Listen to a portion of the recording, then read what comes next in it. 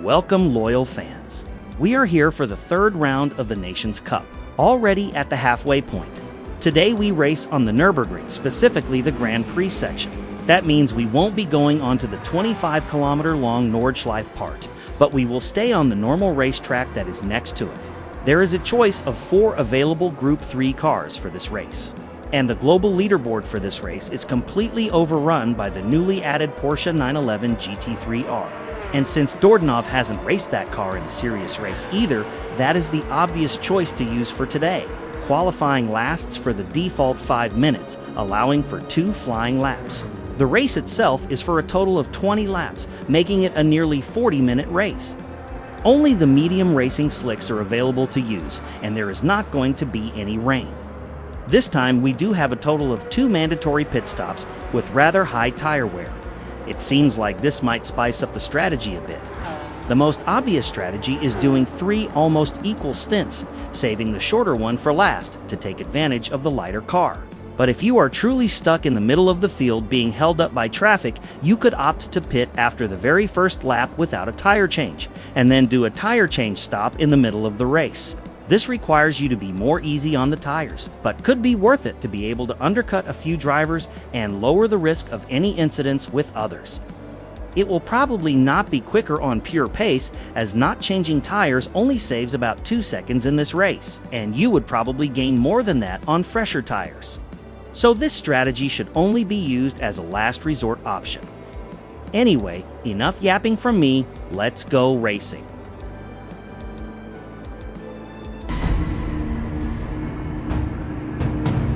As per usual, first a look at the qualifying.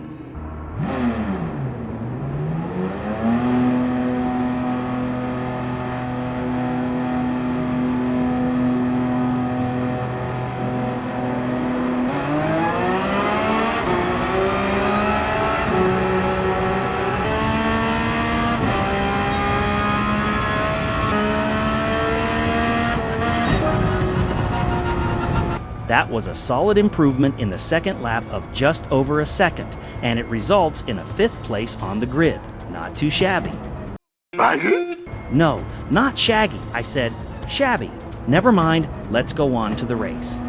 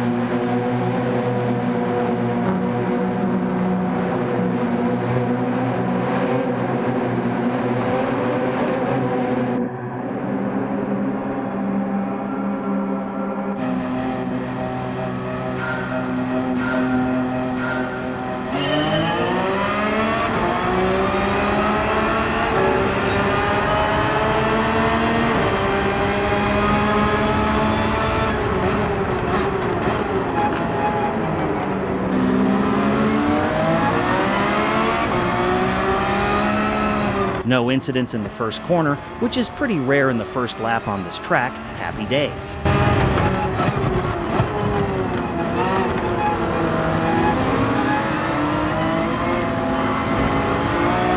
Let's pause it here for a second. This corner is really weird. Normally, you have to keep at least one wheel on the curb to stay within track limits in this game.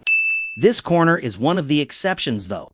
You can go outside of the white line and go as wide as you want here, and it will not award you with a track limit penalty. To get a good exit, you will see everyone take a very wide line here and never get a penalty for that. And that is the end of this public service announcement. Staff announcement. I'm fed up with announcing I want to go home.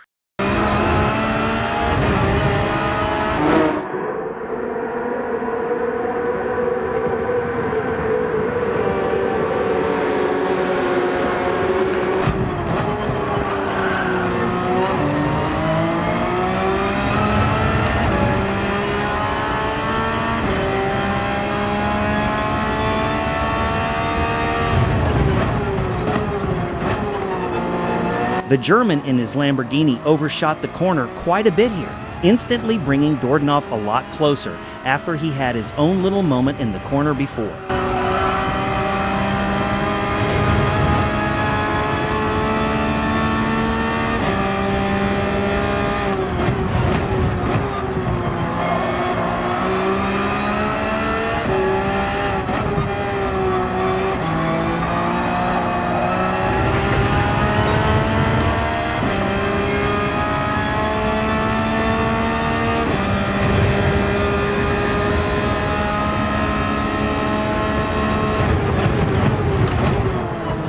And a little explanation about this corner as well. Here we have the chicane, which has pretty high curbs. For maximum speed and time, you want to cut these curbs as much as possible, while keeping the wheels just on the inside curb part. There is a high chance unsettling the car due to it bouncing off though, so you need to hit them as perfect as possible. The faster you try to go here, the higher the risk of getting a penalty or bouncing off track. Very tricky to get this one right, to say the least. It's usually best to be a bit slower, which is also safer. Warning! This is a warning! And taking this second part of the chicane correctly will result in absolutely murdering this bollard.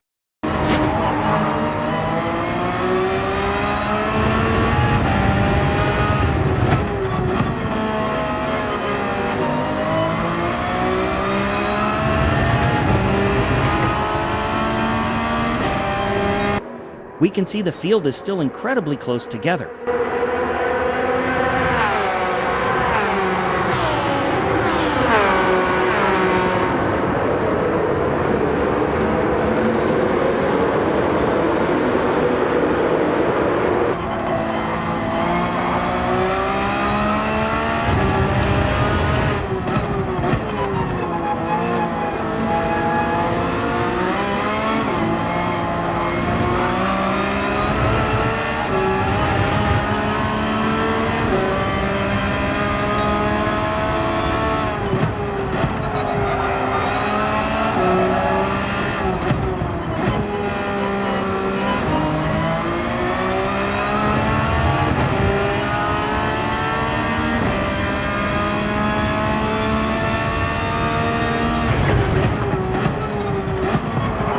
And again, the Lamborghini completely overshot this corner.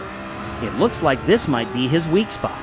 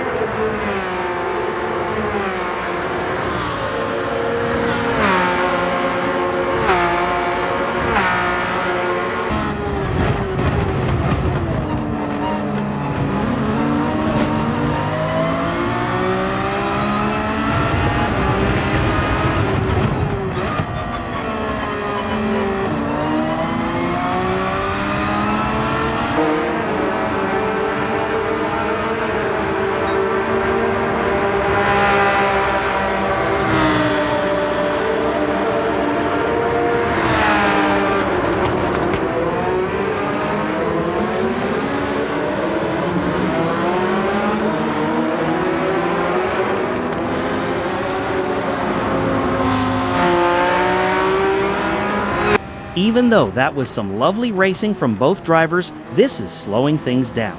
If this keeps up, the connection to the top three will be lost. So Big M in front needs to pick up some pace, otherwise Dordonoff will need to find a way past him.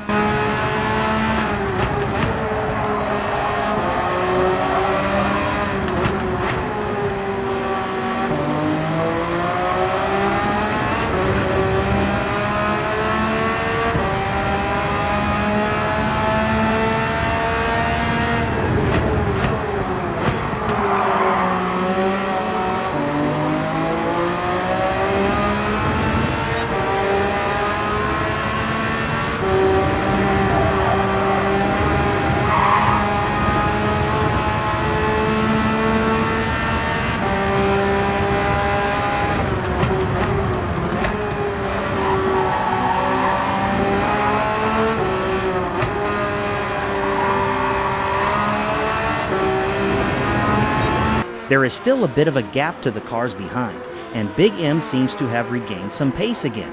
This provides a nice slipstream to follow now.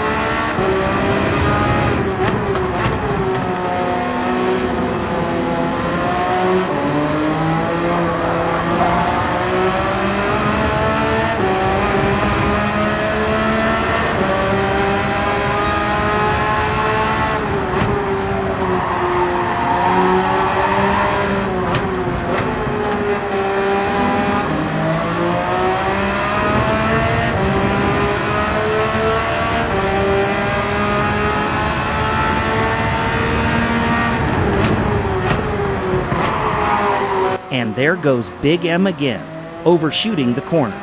This time, Dordonoff followed his example and also made a mistake.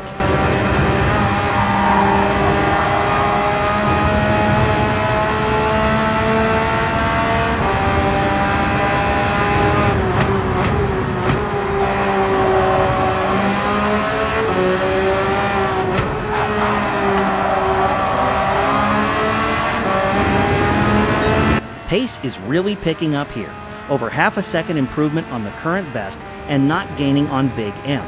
This is excellent for a good stint.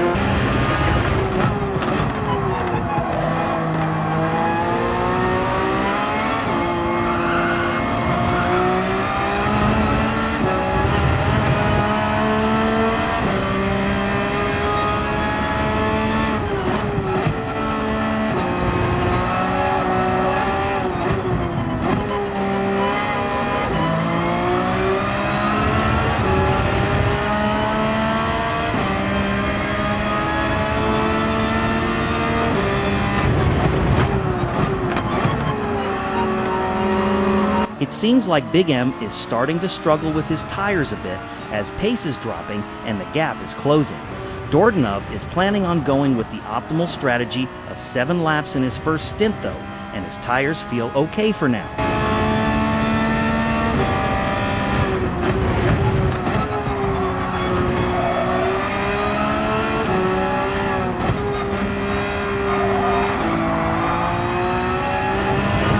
Whoop! And a lag spike. For a second there, it seemed like he went off because he misjudged the grip in his tires, but he is still very much alive.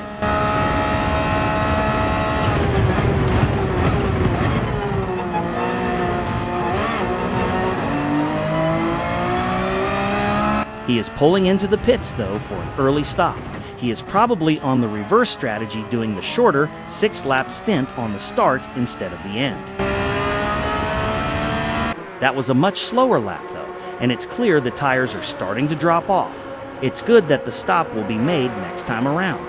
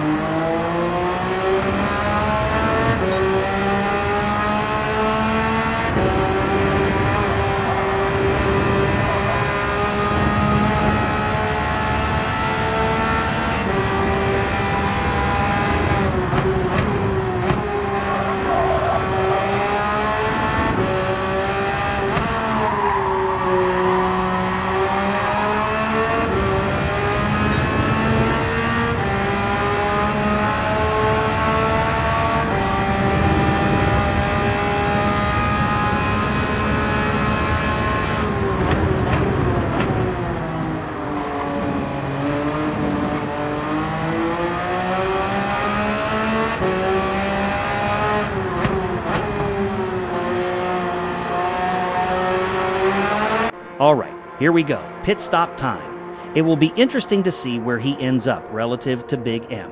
We can also see the leader of the race is not stopping yet and is extending his first stint. As do Mandy Racer and Smig.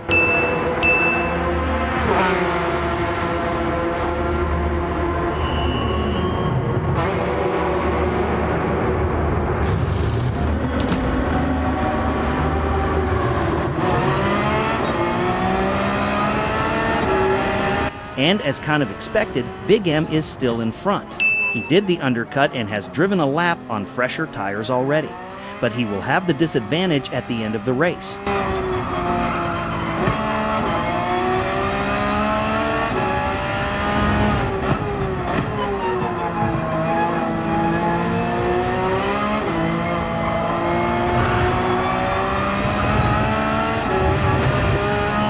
This stint does not contain much exciting content, so instead we will now tune in to the cars in front who are having a really close battle for the lead. We hop on board with Azerty, who is apparently using an Azerty keyboard to race instead of a wheel, if we are to believe his name.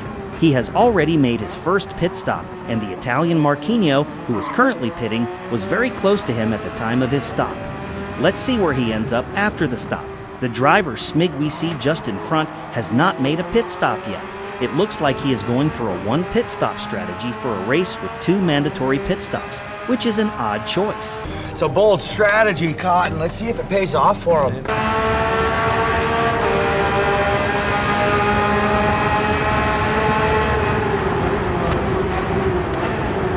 Marquinhos comes out just in front and even manages to wiggle just past Smig.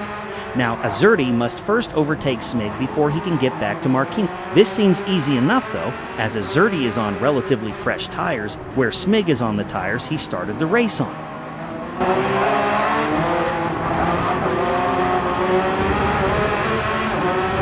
Now he has to hunt down Marquinhos for the lead. We will check back in with these two later in the race. We check back in with Dordenhoff at the start of lap 13. The Dutch driver PBA behind has caught up, and Big M is dropping pace slightly, pushing Dordenhoff a bit back towards the fellow Dutchie.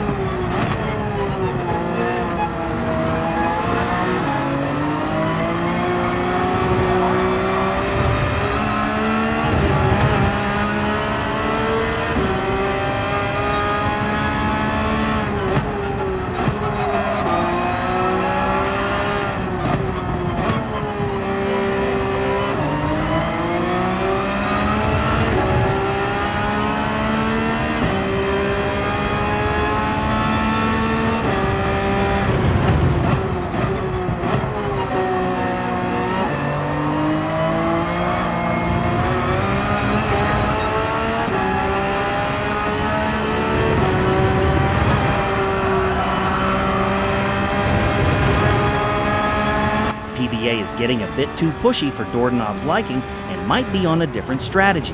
For now, he chooses not to defend too hard, as he was gaining quite rapidly and seemed to have way more pace. The pass was rather smooth and didn't cost too much time, although by now Big M seems quite far off.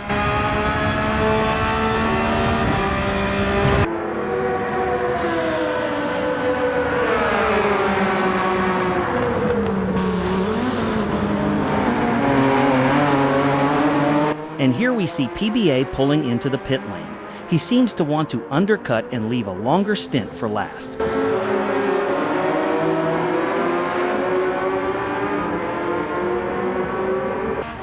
Times so far have been pretty fast and consistent, also largely helped by Big M providing a nice slipstream a lot of the race. But this slipstream is now largely lost, so the gap must be closed for the slipstream to also be available for the last part of the race.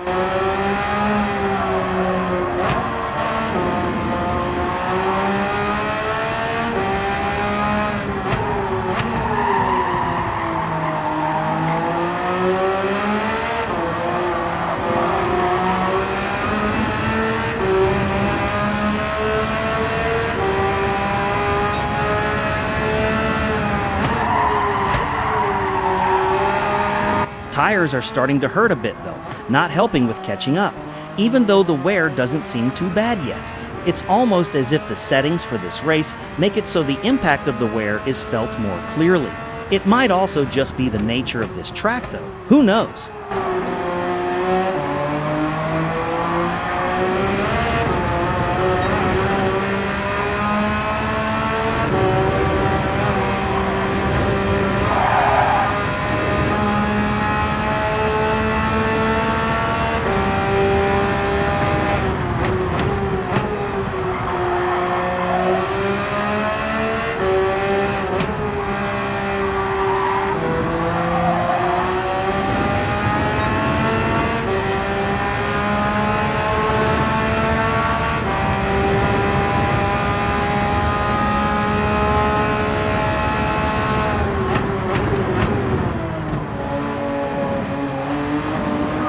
Time for the final pit stop now. Let's see what it brings.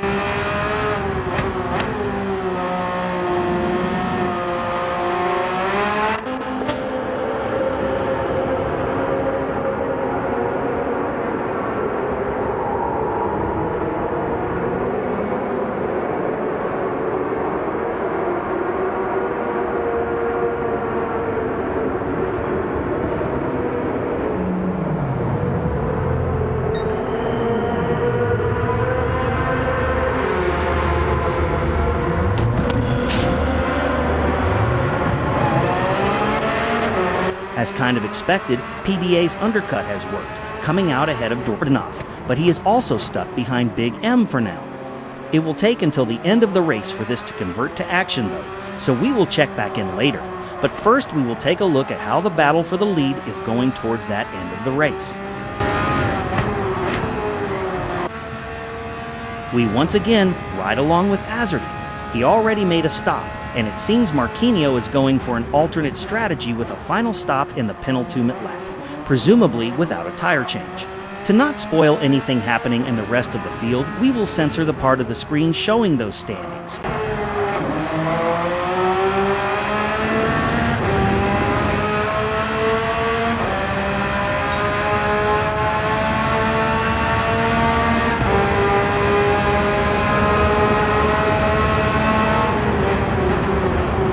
Marquinhos came out in front again, but just barely, and now Marquinhos is on 10-lap-old tires, where Azerty has much fresher tires which are only 3 laps old since he made his second stop at the end of lap 16.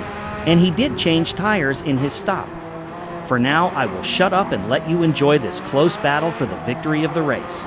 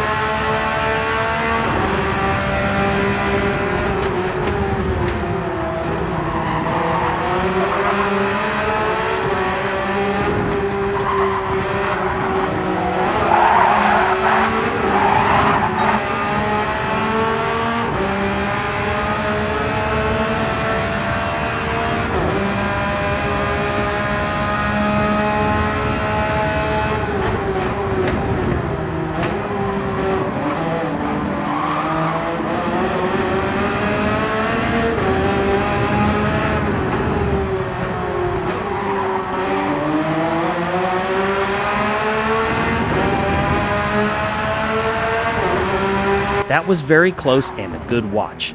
Now let's go back in time a bit and look at how Dordanov is doing. Back in lap 19 again, we see that Big M has been overtaken by PBA and has also picked up a penalty. Serving that on the straight might be enough for Dordanov to fly past.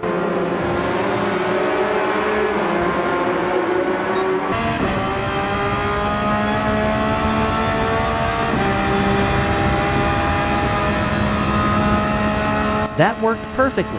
Now Smig in front is next. Remember him with his bold strategy. Dordanov doesn't know the full situation yet, but does notice he seems to struggle with his tires and lacks speed, so he should be overtaken.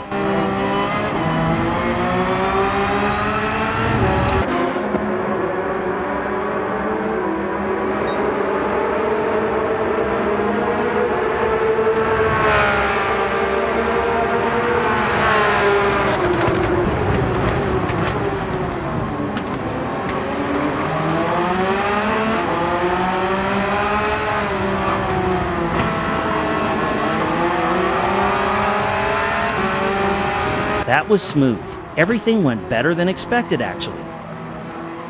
It doesn't seem PBA is within reach to gain his position, but pace must be picked up anyway to prevent the drivers behind catching back up.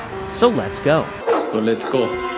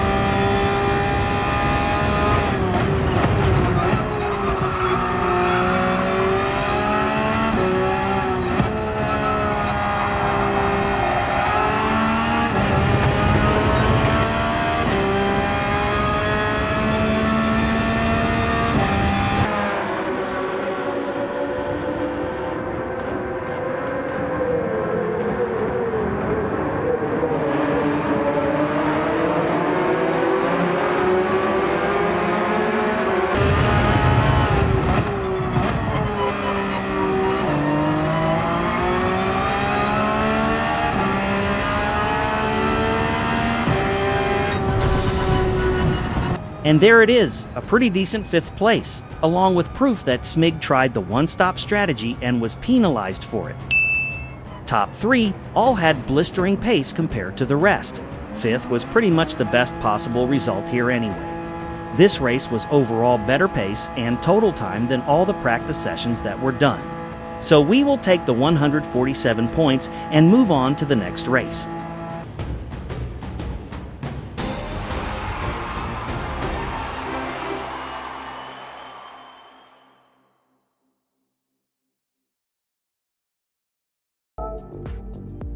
This also results in being back in the top 10 for the Netherlands, and thus top 25%. Looking good so far. Thank you for watching, and we will see you in the next one.